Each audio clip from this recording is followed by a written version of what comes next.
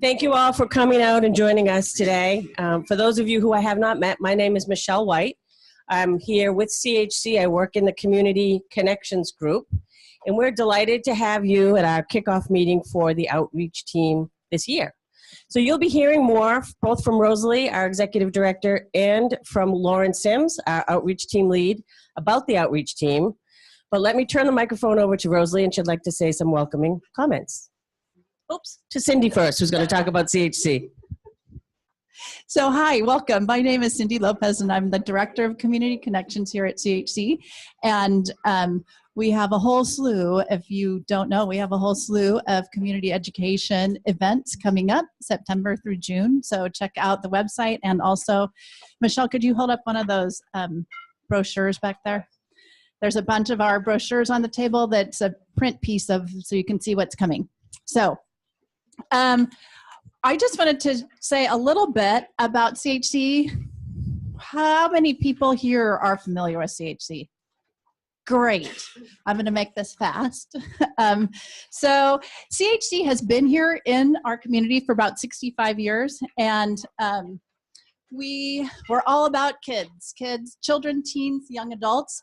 And in terms of outcomes, we really, when we work with kids and families and teens and young adults, these are all the kinds of things that we want for them. We want them to develop grit and resilience. We want them to feel better, to be able to make friends, to realize their dreams.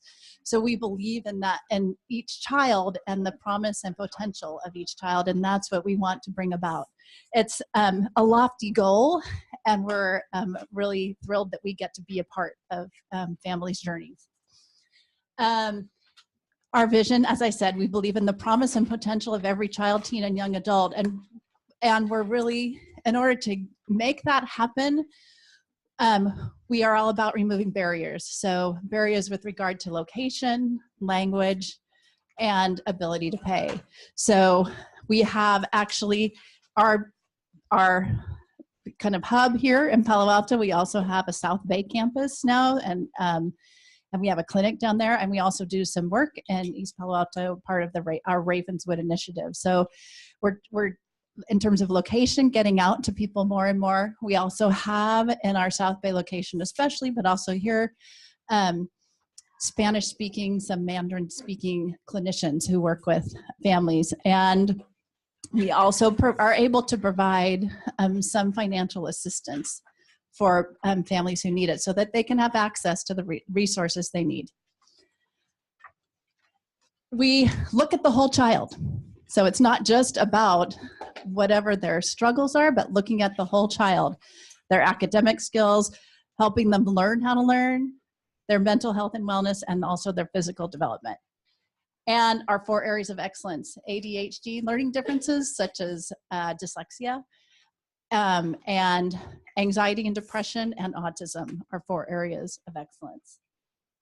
So we have 4 divisions. I'm not going to go run through all of these because we want to get on to the fun stuff.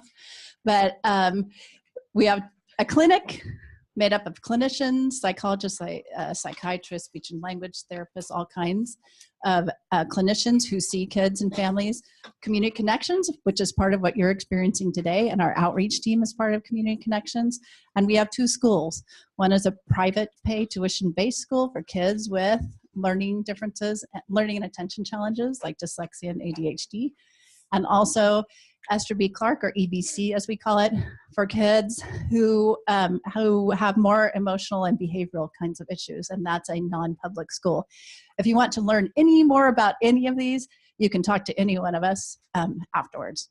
So without further ado, let me also say that we are open and inclusive of all people, and we want to make sure that people know that CHC is a safe place for them. So before we get into our executive functioning with Vanessa, I just wanted to introduce our executive director, Dr. Rosalie Whitlock, and the outreach team and volunteers at CHC has always been one of her passions, so we just asked her to say a few words. Thank you. And I am passionate about this. Every week, I continue to have parents who come and somehow feel they're alone. Somehow feel that no other family has a kid who has this significant issue or that significant issue. And it kills me because we're about connecting. And even in our area, which has resources and education, there are so many alone parents. So we're determined to try and find ways to keep connecting. And the one way we can do that is through volunteer efforts. I'm forever grateful to Lauren because Lauren picked up on this and she's been trying with Monica and others to get a group of people to connect out into the schools and to each of you. I can't believe Diane Bottoms just walked in. We had a great, wonderful, strong, robust volunteer group called the CHC Auxiliary from the beginning, 65 years ago. But as Diane will say, and they say, they want to retire. They've done their thing. They're dealing with their grandkids and some of them great grandkids. And so we need to build a new team. And that's why I'm here to say to you, I hope you'll help us do it. It's good for your soul. It's good for your heart to be helping other people. You know that, and you probably try and teach your kids that. So there's going to be lots of opportunities to talk about that a little bit later. And now I want to get you right to Vanessa, who is amazing. And you're all here because you want to hear her and hear more about executive functioning. So thank you for being here, Vanessa. And are we good? You're doing an introduction? Okay. All right. Thanks.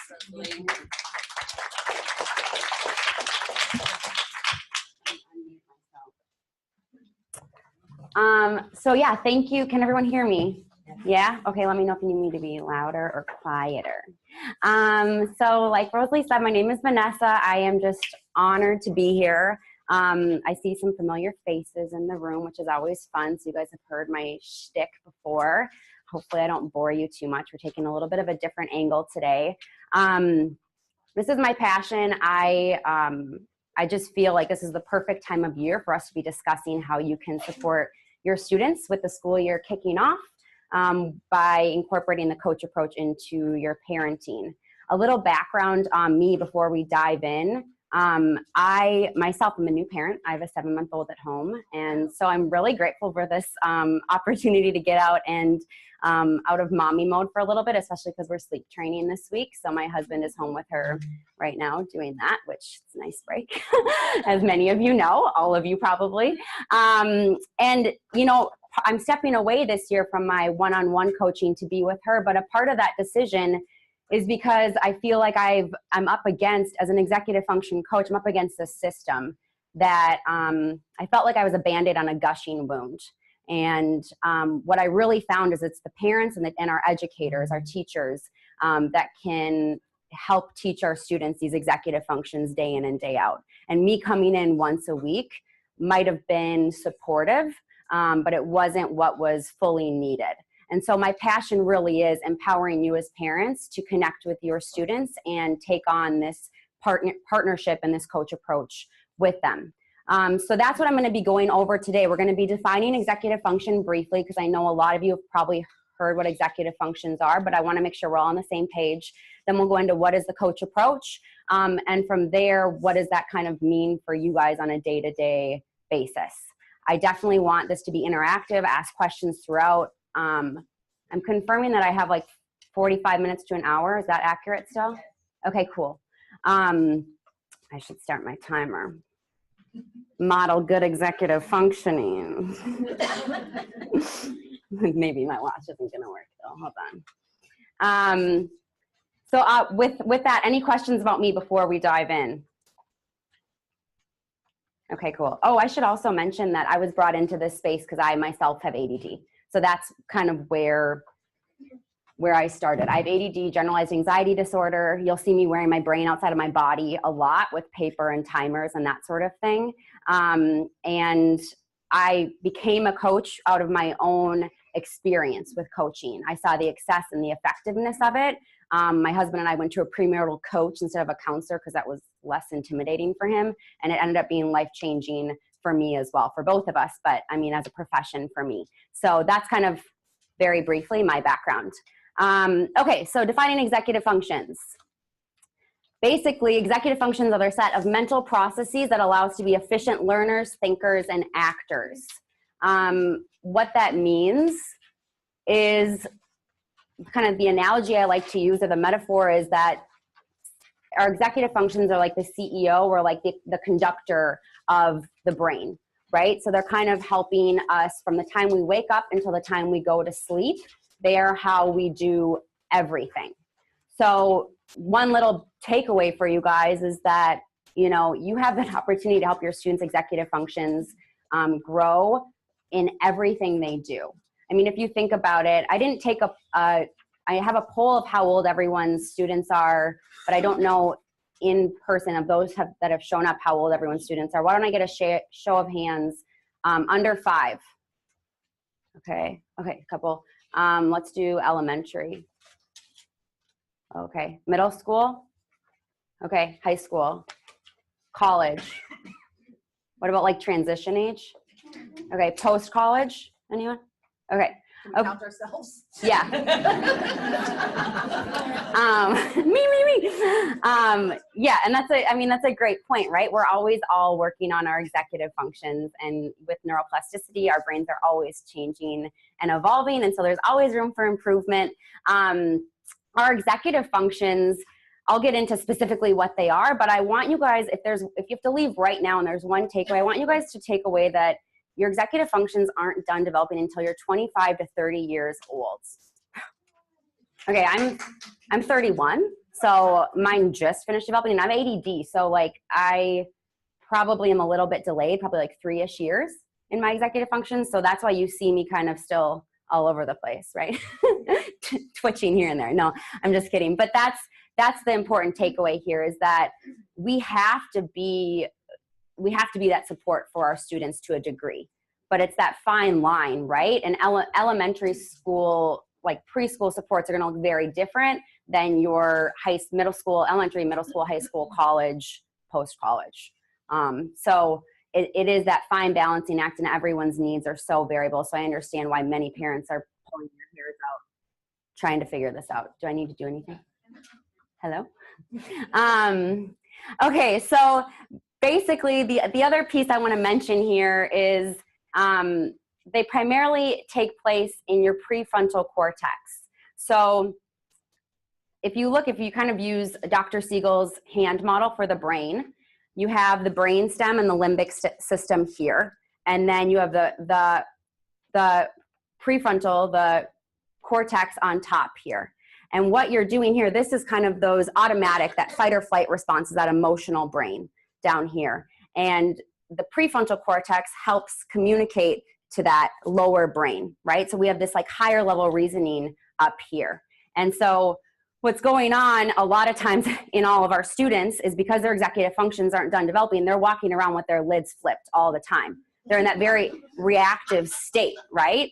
And we do it even as parents, right? Like my daughter's crying and I can feel my emotions rising, and I'm trying to tell myself, breathe, breathe, breathe, remember all these tools you have. Well, our students don't have that same toolbox. And so it's our job as parents to kind of supply that toolbox to them, right?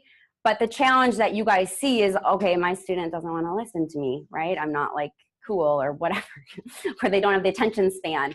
And so I think what we're going to go through today is more so, how do I connect with them? How do I get them to even hear what some of those tools are, so I can help them unflip that lid and get into that entire brain, right? That full reasoning. Does that make sense? Okay, cool.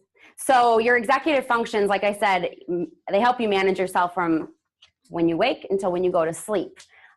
These include prioritization, time management, regulating your emotion, your awareness, metacognition, so your awareness of yourself. What else do we have? Organization, focus, sustained attention, yeah, all of those, self-regulation. So this is just one model by Dr. Thomas Brown. There are many models out there, and I think that's part of the challenge, is it's really hard for everyone to agree on one model. And so because as professionals, people can't agree, then there's confusion when it gets to you guys as parents, and then confusion when it gets to our students. So very broadly speaking, this is kind of what we're talking about. I don't adhere to one model or the other. I think if you just think of it broadly as like how you manage yourself from morning until night, that's kind of the broad way to think of it. Any questions before we get into coaching? Cool. Okay, so I want to make sure I'm covering everything here. Oh, the other piece with the executive functions that I just want to talk about is these are all really interrelated, right? So like, for instance, sustained attention. If you can't sit still enough to focus and pay attention, you're likely not going to have a high level of metacognition, your ability to be aware of what you're doing. And so I think that's where you see it's hard, I think, for parents to pinpoint like what causes what's the root, what's the biggest executive function challenge. But I think the takeaway is if you can focus on one, then I think it'll bleed into the others and you'll see improvement. So I think a lot of times people try and do it all, but if you can just focus on, okay, I noticed my child's having a really hard time remembering things. What can we do? Because working memory, I don't think I mentioned that, is another one. What can we do to help them remember where stuff is in their backpack, right? And I think that it all kind of bleeds from there. Their awareness increases, their self-regulation increases. So just a little heartwarming tidbit. Okay, so coaching. This is a long, lengthy definition, but this is from the academy that I studied with. So coaching is an ongoing collaborative partnership created to facilitate personal growth and awareness that leads to conscious choice, focused action, and a meaningful, rewarding life built upon unconditional acceptance and a powerful appreciation of the client, aka your students' potential, uniqueness, strengths, capabilities, and wholeness. I know it's a long one, but I just love this. So as a coach, my approach is entirely strength-based. So really leaning into what are those students, what are their intrinsic strengths? Because if you come from that place where they're naturally strong, you're just freeing up that brain space, right? You're really leaning into that. And it's not like you're more of a well-oiled machine. You're not like working against the gears. So if you can land on that, I think that's step one. And then the other key word here is partnership. It's a partnership. You're not pulling them along. You're not saying, I want you to use your planner, right? Like together you're deciding what are these conscious choices that I want to make. And when you're making a choice, you're choosing generally to make a change. So your student has to want to make changes. And we'll get into that a little bit. Any questions there? Okay. So I've kind of broken down what I feel like the 5 C's of coaching are. And I know you guys all have PowerPoint packets, but I have this little like 1 page or 2 that I see some of it didn't print. It kind of printed funny where there is purple. It should be create instead of all these purple boxes. But that's just a little 1-pager for you guys with a few brief resources at the bottom. So the 5 C's of coaching: connect, communicate, create, collaborate, and ultimately celebrate. Okay, so connect. The goal here is to build trust and establish intimacy. With these 5 C's of coaching, if you don't get beyond connect, you're not going any further. You want to connect first. And if you don't connect, then you're just ultimately going for that connection. The reason for that is because if your student doesn't trust you, they're not going to view you as a partner, and they're just going to feel like you're shoving these ideas into their head. So you got to connect with them. So the way that I think all of you as parents have connected with your students in one way or another over time. I know as they get older and the relationship can become more tense, it can become really stressful. But I would just say, get curious, like try and get into your students' head, like what are their interests? And like I said, lean into your students' strengths. So how many of you can think of one thing your student's interested in? Two things? 3 things? Cool. Okay, great. So your students have interests. And it might be video games. It might be money. Like I know a lot of students are really into money. So there's a way that you can connect with them in some way. And I'm not saying you need to be bribing your students, but there are common things that they're interested in and you can meet them where they're at. I don't know what that is. To find your student's strengths, I know there's probably some of you, like most of you can probably think about like, okay, yeah, I can name a few of their strengths. If you're wanting some more guidance there, there's a free strengths assessment online called the VIA. I don't know if I have this anywhere. The strengths finder, is that applicable for young kids? Like could a kid do it? Or would you do it for your kid? So I would say, how old is your student? 8. Okay, cool. So this is step 1, building trust, establishing intimacy, and connecting with them. So if you can't get past this, this is kind of where you just sit tight and you just try and keep doing this. And I think the beauty of being here now is you guys are what, like a week or 2 into the school year, right? So hopefully there isn't too big of a hole you're trying to dig your student out of. I know GPA becomes cumulative, so I do realize that sometimes you feel like you're starting the school year off already in a panic. But if you can connect with your student on whether it's school or maybe they want to connect over something else, that, yeah, hopefully you have some space to do that. Okay, so assuming you connect with your student, you want to communicate with them. So the goal here is to hear your student. So what that means is active listening, which means letting go of your agenda. So I know as parents, like and I know I can't speak to this because my daughter's only 7 months old, but you know, you're up against like a lot of pressures with our society.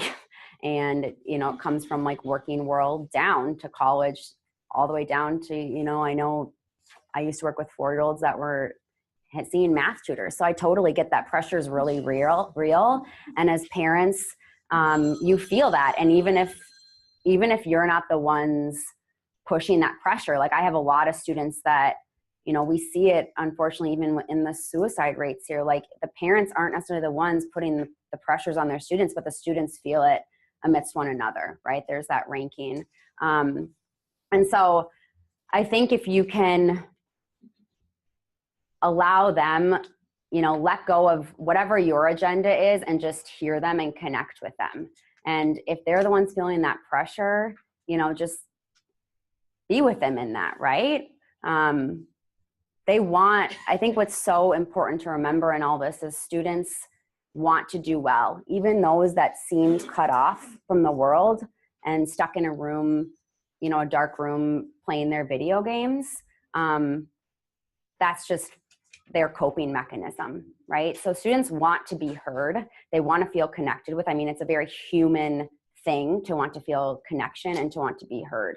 So if you can take interest in your student, that's already connecting with them, you're starting to hear them. But even more than that, letting go of what your expectations are and your agenda will be really huge. Looking for both verbal and nonverbal cues. I'm sure you guys see this, especially as like middle school and high schoolers, you know, the crossed arms, the rolling of the eyes, not walking out of the room, being on their phone, like you name it. But if you can kind of tie into that, and then from there, asking them these powerful open-ended questions, right? So when we ask for like these yes or no, that's all you're going to get, right? So if you ask the open-ended questions and ask follow-up without berating them, that can be really, really powerful for your students. So by drawing them into the process, you're engaging that frontal lobe and supporting their metacognitive growth, right? So an example is, how would you approach this? And I know that might sound kind of awkward, but given in the context, right? If you're like, okay, let's say you've connected with your student, you have this really good relationship with them, and maybe their goal is they want to make the sports team, right? Say they want to make the baseball team. And you can just tell, like at practice, they're just super frustrated, right? You can tell they've kind of checked out. I mean, the question might be like, hey, Tommy, I see that you're like kicking the dirt around, right? Or like you're hanging your head low, like what's going on? Like, how are you feeling? And hopefully if you've connected with them, they're opening up, and you can hopefully have a dialogue from there of, you know, okay, well, what's one thing you could do that might, you know, like help you work toward this goal that we've set together, right? What's one thing that I can do to help you in the situation, right? Because again, people, I think, really want to feel, in addition to being heard, they want to feel supported. Any questions there with communicating? So creating collaborative, I've grouped together because I think there's just, all of these intertwine, but I feel like these just intertwine a bit more. So the goal is to support your student toward their goal, okay? So you've connected with them, you're communicating, so now we're creating awareness. So again, just like what I said with that communication, you're being a mirror for your student. So what I'm hearing, what I'm seeing is your body language shows, is that accurate, right? So very similar to that last piece. In order to create a goal, you have to create awareness.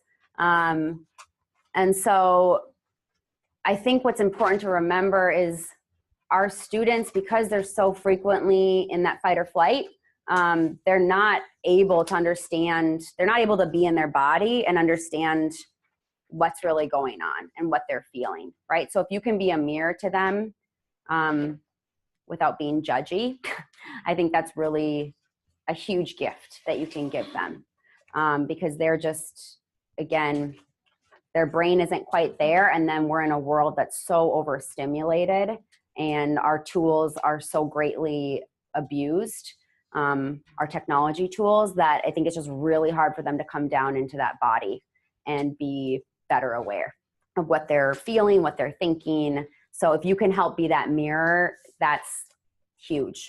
Second from that, this is kind of where the guts of coaching live, is that planning and goal setting. So coaching is very much so action oriented, right? You want to get here, how are we going to do it together? So like I said, parent-student goals often differ.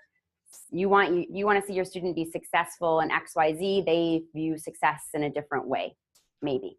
So just being aware of that and checking yourself. Like I said, executive functions are in everything we do. So you have plenty of opportunity to build these skills in everything. I had one student an 11-year-old who, she was obsessed with Pokemon, and we organized her Pokemon cards. Like that's how we built her executive function skills. And the parents probably thought, what the heck are we paying this woman to do? Like, she doesn't need to organize her Pokemon cards. But from there, she was able to be more aware, right? We're looking at, okay, how do you want to organize them? Like, how does your brain see it? Is it color? Is it, there's all this Pokemon system of different animals and that sort of thing. I don't know. So there's a lot. My point being, there's just, you can develop those executive functions in absolutely every activity. So if your student wants to do something, there's a way to build that in what they're doing. And hopefully from there, they build up their confidence and they're able to say, oh yeah, a planner does sound kind of nice. I would like to write that down, write down everything. Or, hey, maybe I will try that app or try a timer or whatever, right? We're really just trying to open up the door for them to be receptive and open to different tools.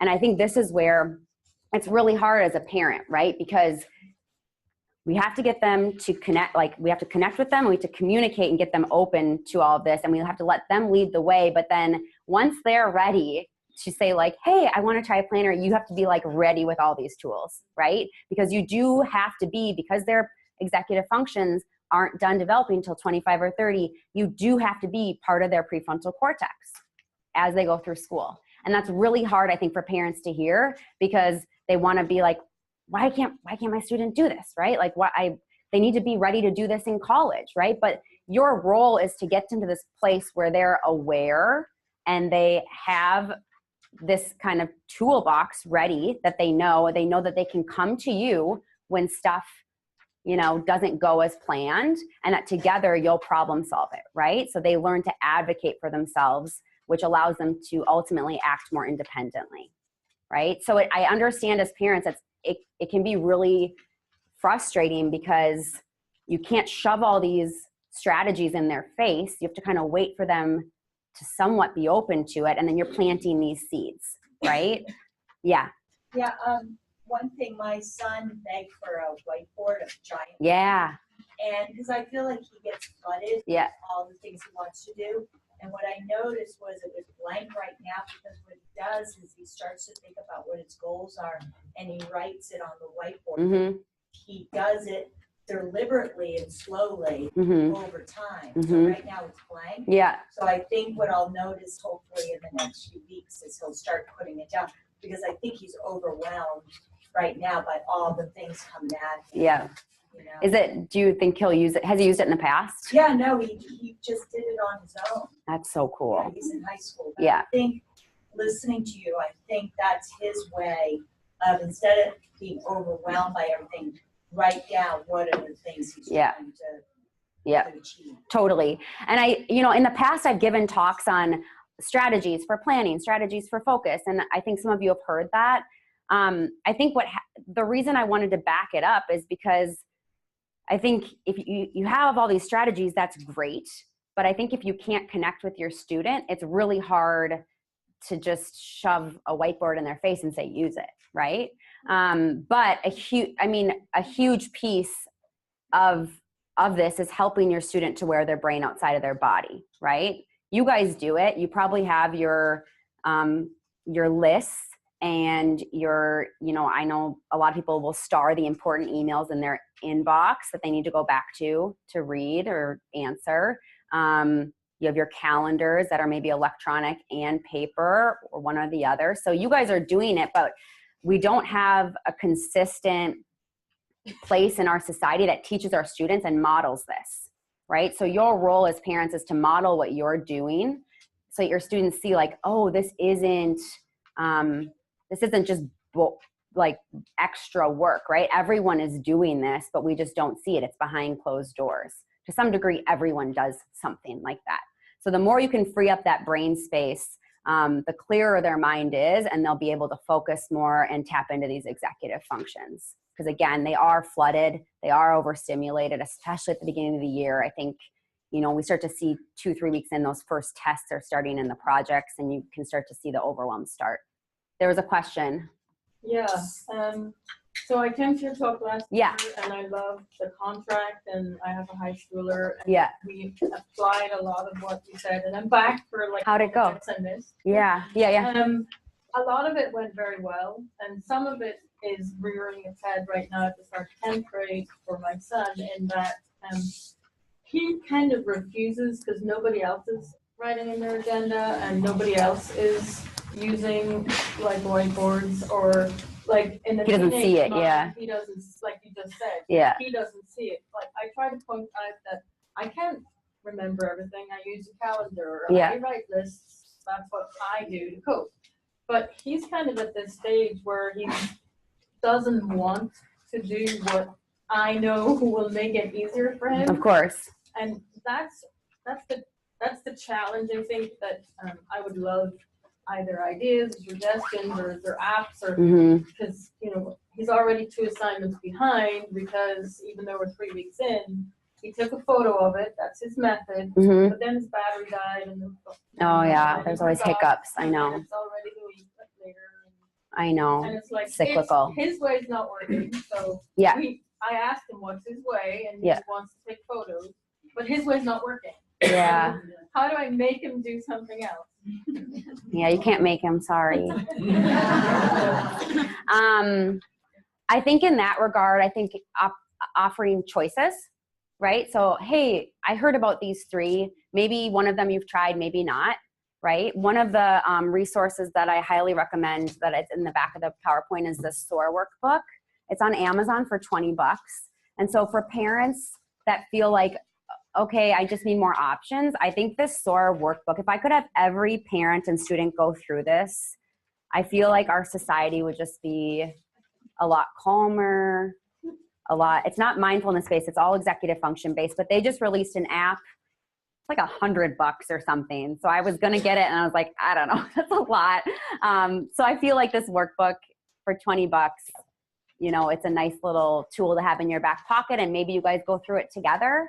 And I think that's where, you know, I'm going to get into the independence contract, but I think establishing an independence contract together can be so powerful.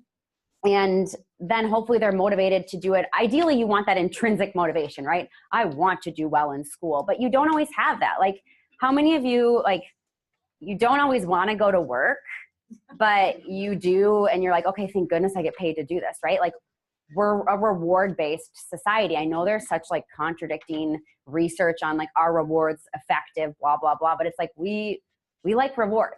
And we really like instant gratification, right? Like that Facebook feed and the dopamine that just floods us, right?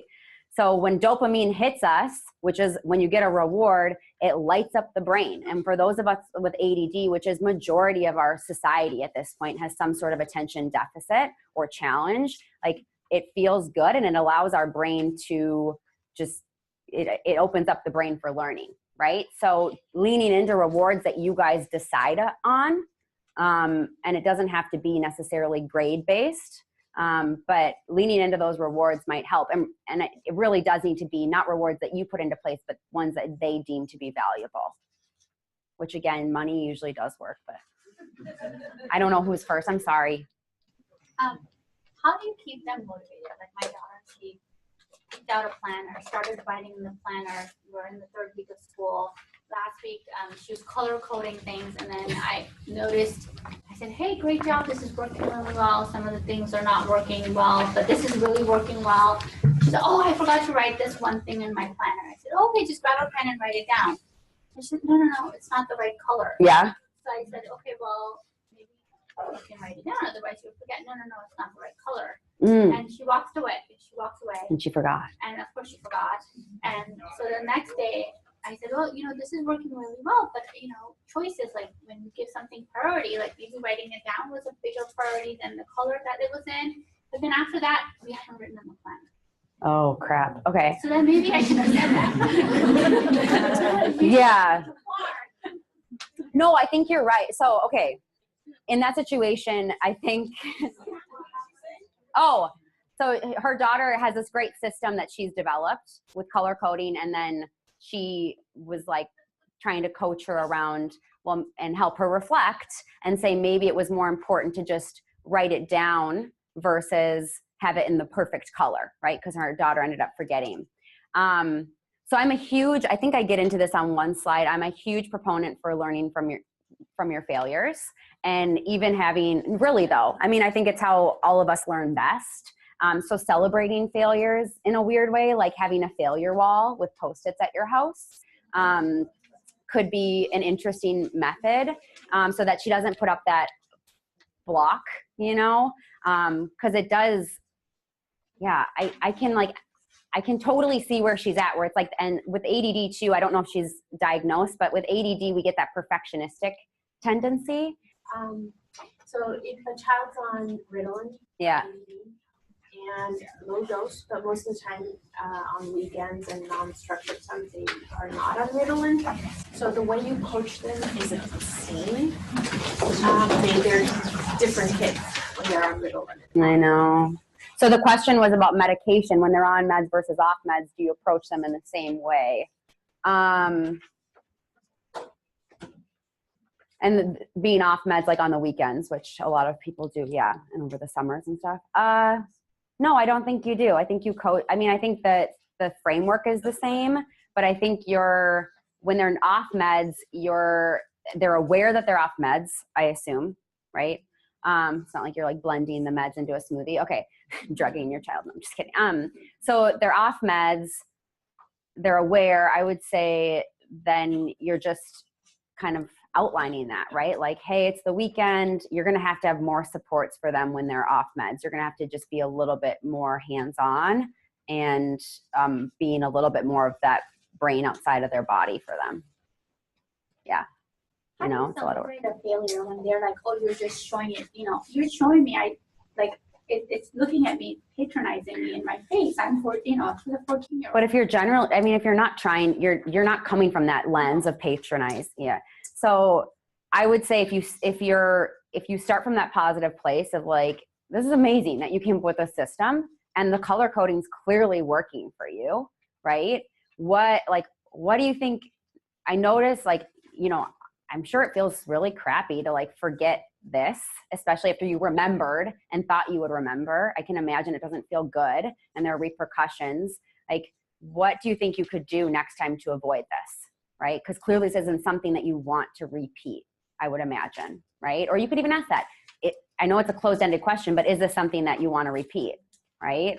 How did that make you feel, you know? So I think the answer might be that she has some Post-its in there for that time when she can't color code it, but she needs to remember it and she just slaps it in, right? Or she has the pens kind of like in the planner somehow all the time. You know, they make those like little zip things that attach to the planner of the notebook. So maybe that's what she does. And the most effective planner you've seen for Passion planner. Really? I like the passion planner. I like the passion planner, because again, you want to be able to see from your hours. So many of these are subject based, but I think it's really effective to be able to say, okay, 7 a.m. to 9 p.m., right? Like, our students' days aren't ending at 5 p.m. Like, a lot of them are up way too late. And that whole nother topic. But they need to be able to see hour by hour, because again, they can't see their time. They can't feel the time. So you need to help them see it, right? So seeing like, okay, travel to school takes 30 minutes, like building in those transitions into a planner is really, really important. So the passion planner allows you to do that, and it gives you free doodle space, which is awesome. A lot of students are finding success with the bullet planner. I personally, it's too ADD for me. Like, I don't mean that with disrespect, but it's just like way too overwhelming, but you can watch YouTube videos on that. And then there's another planner made by Order Out of Chaos, which I've included in presentations before. And that one is nice because it like, the classes carry over from week to week, so you're not always having to rewrite it. But my biggest critique is she doesn't have enough space in the evenings to write down what you need. And she says it's because she doesn't want you to write too much, but I think she just needs more hours in there. Yes. What was the name of that one? Order Out of Chaos and Passion Planner. Here to the group, I've set up an Apple calendar with my child that is shared with him. Yep. I'll put in his activities. Yep. Be a secretary, it's there, then he can, when he asks me a question, what am I doing today? I said, look at Yeah. the Yeah. He's now starting to put things in it. Good.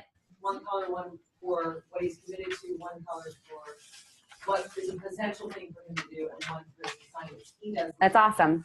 And that's great modeling on you. And to do this, which I could just share with you, to do this, he likes because he puts it in a hat. And it's very fashionable. Yep.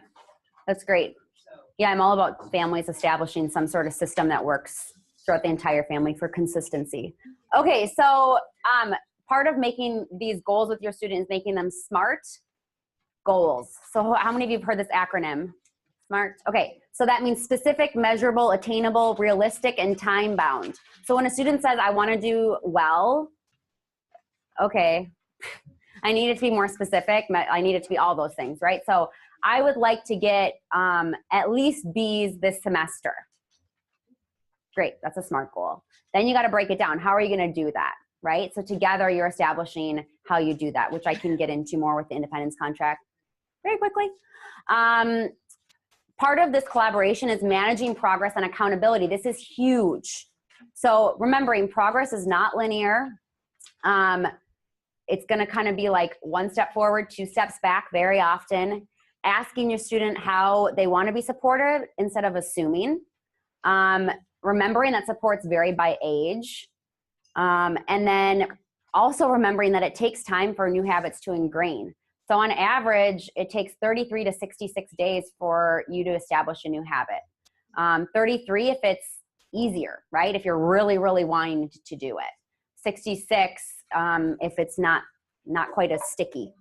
And then just throughout all this, like small steps to big change. Like that's my mantra, small steps to big change. So this is going to be a really slow process. So adjusting your expectations is crucial. So just remembering small steps to big change. Lastly, celebrate. So celebration is so huge because our students often don't remember to reflect. And if we're not reflecting, we're not building that metacognitive awareness and flexing that muscle. So how do we help them celebrate? How do we help them reflect? It's that power of the pause, right? So practicing mindfulness, whether that's meditation or just like daily rundowns of like, how are things going? That accountability is helping them along the way to reflect, right? Like as a coach, part of your job is to be like, hey, how's this going? Right? Like, hey, we were working on this. Like, where are you at with this? Right?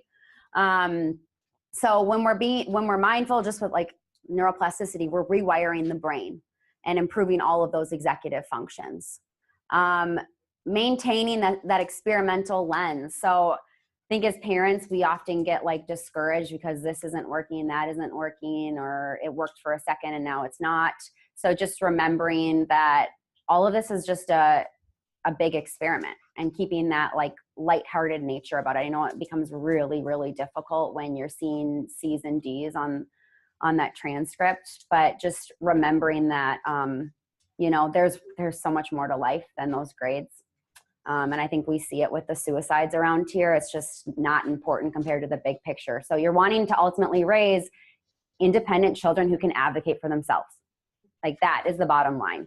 I would assume most people want that. So if they get A's along the way, great. But if not, ultimately feeling heard, connected, and having someone that celebrates those failures and those successes with them is just so huge. Ultimately, when we celebrate, it loops back to that first C, you're connecting with them, right? So it's just this big cyclical loop. Yeah.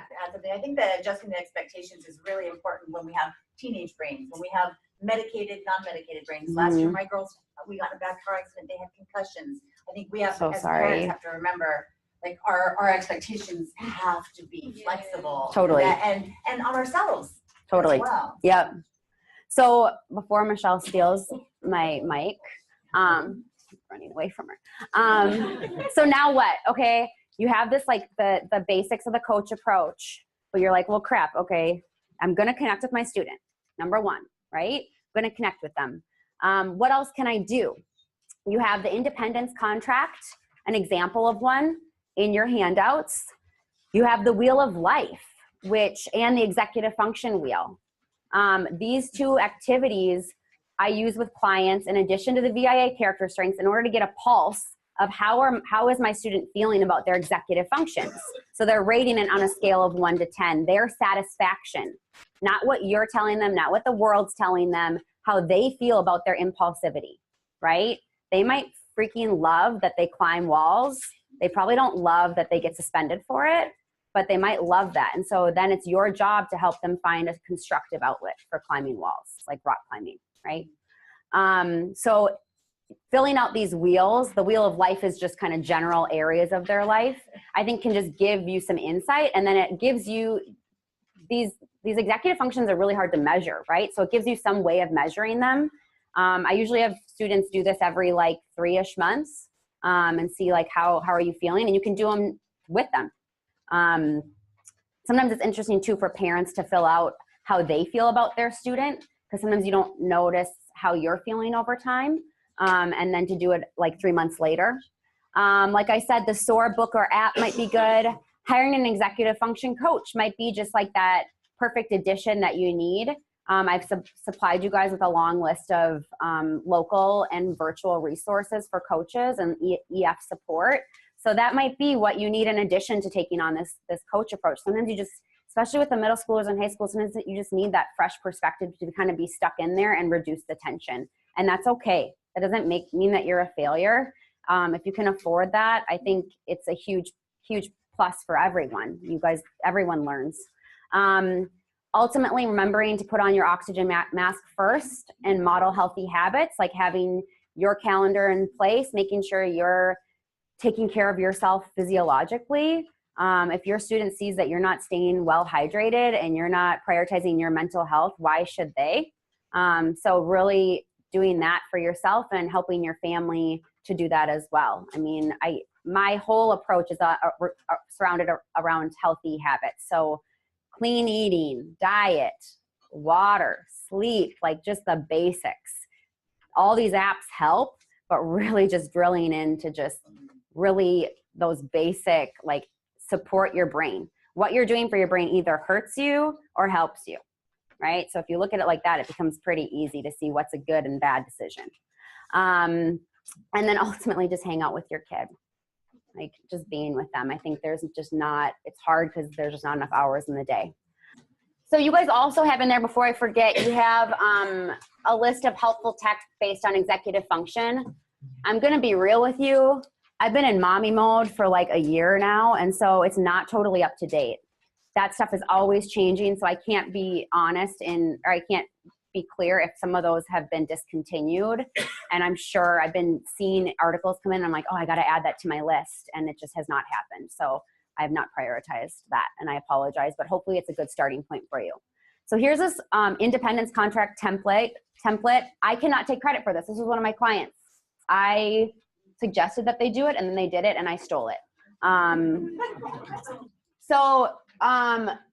You're just kind of, this is just outlining what's involved in this. So the parent-teen agreement, student guidelines for homework, electronics, and behavior, the point system, and then optional disallowance addendum. So they sat down and they decided they agreed to the following. Here's what the parent is agreeing to. Here's what the student is agreeing to. And they came up with this together. And then here's where they broke it down for homework, electronics, behavior, other, and then here's the points. So it gets nitty gritty. Not saying it's fun to do. It gets nitty gritty, but you guys need to be so, if you do this, you got to be so clear. And I think a contract does that because, again, what are you doing? You're wearing your brain outside of your body by having it on paper, because what we say is interpreted differently. So I love that the independence contract just allows for that clarity across the board. And you're like, oh, wait, what did it say again? And you go back to the paper and maybe you say, oh, yeah, that isn't clear. I can see how you interpreted it that way, right? So putting it all down really helps. And again, together, you're deciding on those point values and what are they even earning, right? So my client wanted money, screen time, restaurant, and having a friend over. Very middle school-like things to want, right? So I think it's important to say, though, that if this gets distributed outward, yes, via email or you put it on the CHC's website, because there are definitely points here that I don't think CHC necessarily subscribes to. Okay. And I think if you're going to put this out there, it's important to say that this came from a client, and you know, this is an example. This is not what CHC is necessarily saying, because reading this and seeing. Oh, I see what you're saying. Yeah. Worded for A's when you just said. Yeah. Like it's like we're talking. So yeah, I'm sorry. My apologies. I should have added example, independence contract. Yep. I just want to make sure that yep. This is not being distributed outward saying, hey, this is what CHC is. No. Right. Yeah. And I speak for myself. Like I am not employed by CHC. Right. Yeah. But I agree. Thank you for that feedback. You're right. This is what this family found to be helpful, not what we deem as like this equals success. Again, you're creating this with your student. And then this is that allowance addendum if you so choose that you want money to be a part of this. I think a huge part of, just a tidbit, a huge part of attention issues is difficulty managing money. And so if you can teach your student how to do that early on, I think there's a huge benefit to giving them an allowance and helping them to do it. And it's not that necessarily they have the cash that they're ready, but the student it was put into an account for them, and then they decided how they would spend it. All done, yeah.